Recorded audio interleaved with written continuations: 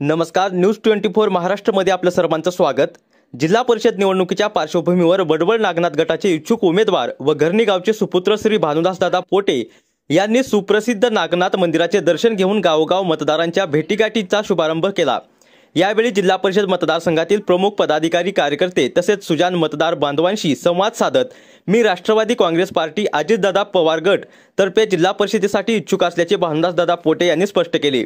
मी सर्वसामान्य कार्यकर्ता आहे। मी काम करून आपला विश्वास संपादन केला आहे। माझ्यासारख्या कार्यकर्त्याच्या पाठीशी आपण खंबीरपणे उभे राहावे अशी विनंती त्यांनी यावेळी मतदारांना केली।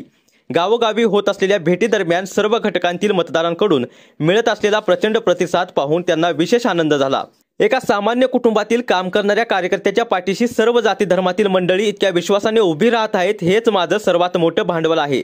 पक्षाचे तिकीट मिळवण्यासाठी तुम्ही आम्ही मिळून प्रयत्न करू असे मत मतदार व्यक्त करत आहेत। माझ्या आयुष्यात मी जर काही कमावले असेल तर ते म्हणजे ही जीवाला जीव देणारी माणसं, असा सार्थ अभिमान भानुदास दादा पोटे यांनी व्यक्त केला आहे।